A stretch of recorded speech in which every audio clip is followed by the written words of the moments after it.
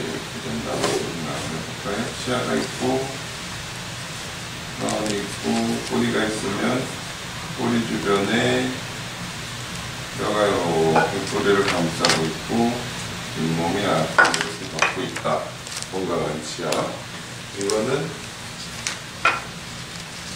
기수형 치아 주위 조직의 염증 이런 뜻에서 치주염. 그냥 일반적으로 얘기하는 거는 뭐 크린치 이렇게 얘기하고, 그 다음에 이거는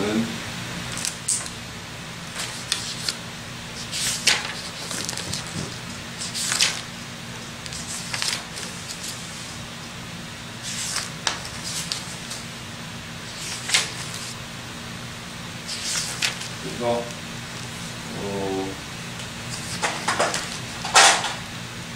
여기에 어떤 흉압 같은 게 잘 안 없어지고 그러면은 염증이 생기고, 이게 이제 치석이 되고 해가지고 치석이 이렇게 쌓여 들어가면 뼈 자체에 세균이 들어가는 게 아니라 뼈가 여기 지저분한 거에서 피하기 위해서 이렇게 뒤로 물러나고 잇몸은 여기 가서 달라붙게 되고 이런 식으로 되는 거예요. 그걸 치주염이라고 그랬거든. 근데 임플란트 주위염도 똑같아요. 이걸 만약에 임플란트라고 치면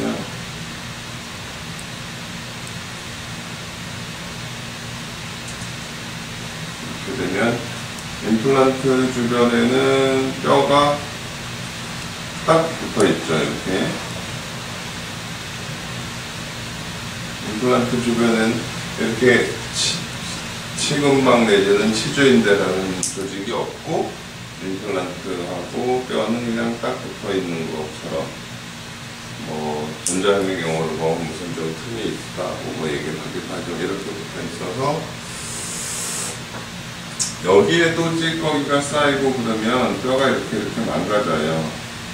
뼈가 망가지는데 조금 그 치주염하고는 좀 다른 듯도 하고, 치주염하고는 좀 다른 듯도 한데, 어쨌든 이렇게 돼서 깊이, 이것도 깊이 들어가면 속으로 자꾸 음식이 들어가는 거를 다 닦을 수가 없잖아요. 그러니까 항상 진행이 된다 할 때 첫 번째 예방이라는 거는 원인 물질이 쌓이기 전에 자꾸 없애주자는 얘기지. 그래서 이거는 칫솔질 이거를 정확하게 꼼꼼하게, 특히 이제 그 임플란트를 하신 분들은 꼭 시간 칫솔을 쓰시도록, 그렇게 그것도 한두 번 왔다 갔다 하는 게 아니라 조금 꼼꼼히 쓰시도록 이렇게 말씀을 드리라고 했어요.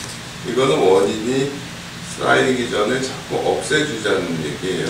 우선은 제일 중요한 게 예방 차원에서 칫솔질을 꼼꼼하게 하고 시간 칫솔을 꼭 쓰고 정기적으로 스케일링을 하고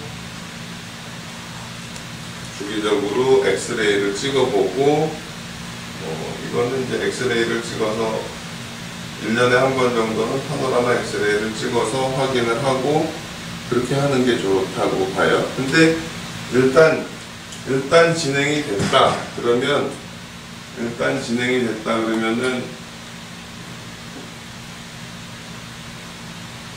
그 다음에는 이제 뭘 해야 된다고 그랬지? 그러면 이제 조금 진행이 됐다. 우리가 해줄 수 있는 게 원인 제거예요. 쉽게 말하면 원인을 제거를 해준다. 원인을 제거한다는 거는 임플란트 주변에 이렇게 지저분하게 쌓인 거를 최대한 다 없애주는 건데, 그냥 우선은 딥 스케일링을 한다 생각하고 실행을 해야 될 것 같아요. 뭐 필요하면 완치를 하더라도. 그 다음에 조금 더 신경 써서 하려면 이 보철물을 빼서 보철물 바닥에 쌓여 있는 것도 닦아내고, 빼면은 여기에 뭐 지저분하게 쌓인 것도 보일 수 있잖아요. 그것도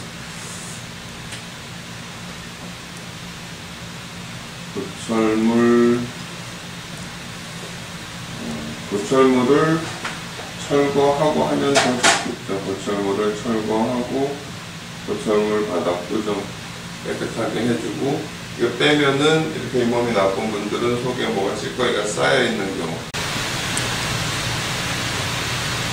그럼 이제 치주 치료의 어떤 뭐 원칙이라고 그럴까? 그런 건 똑같은데, 그런데 여기 있는 쌓여있는 원인을 다 제거를 해도 이 속에 좀 깊이 들어간 거는 계속 닦이지 못할 수가 있잖아요. 그죠?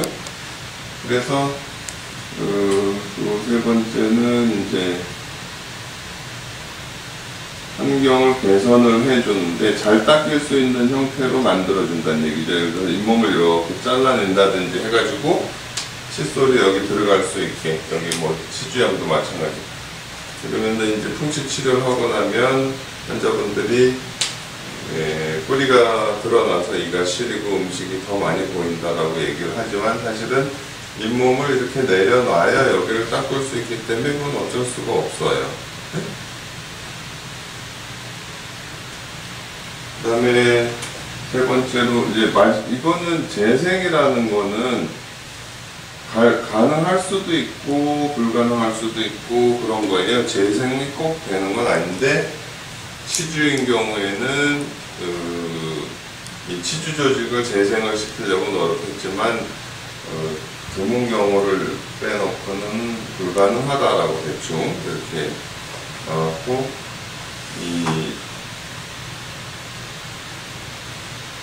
요 부분은 임플란트 주위염에 대해서는 아직도 정확하게 명확하게 알 수는 없는데,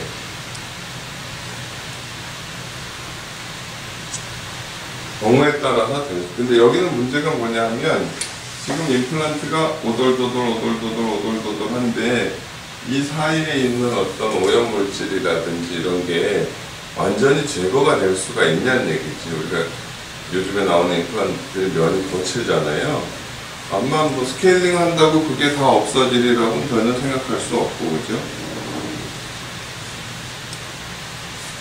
항상 이게 한번 진행이 되면 여러 가지로 복잡한 일이 생기기 때문에 풍치나 뭐 임플란트 주위염이나 예방해야 됩니다. 예방이라는 거는 칫솔질을 꼼꼼하게 하고, 그러다 보면 시간이 걸려야 되고, 그 다음에 안 되면 그러고 또 이제 정기적으로 병원에 내원을 해서 검사를 받고 스케일링도 하고 1년에 한 번 정도는 엑스를 찍어보고, 이 과정이 굉장히 중요해서 꼭 강조를 해줘야 돼요. 강조를 해줘야 되는데,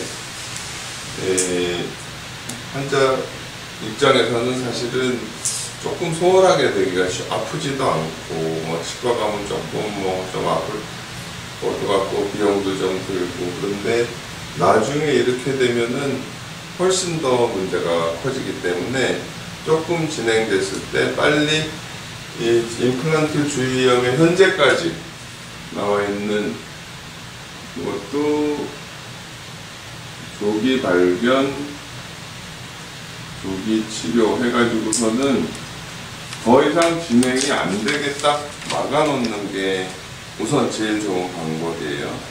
더 이상 찌꺼기. 그러니까 조기 발견이 되려면 정기적인 검사를 하지 않으면 알 수가 없겠죠. 그죠?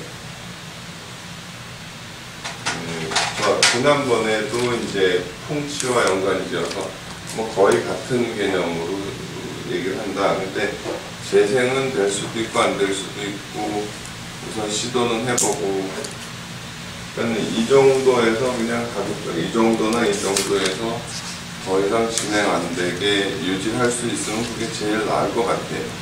이 부분은 이제 비용도 많이 들고 가능성에 대해서도 조금 애매할 수도 있고 그렇기 때문에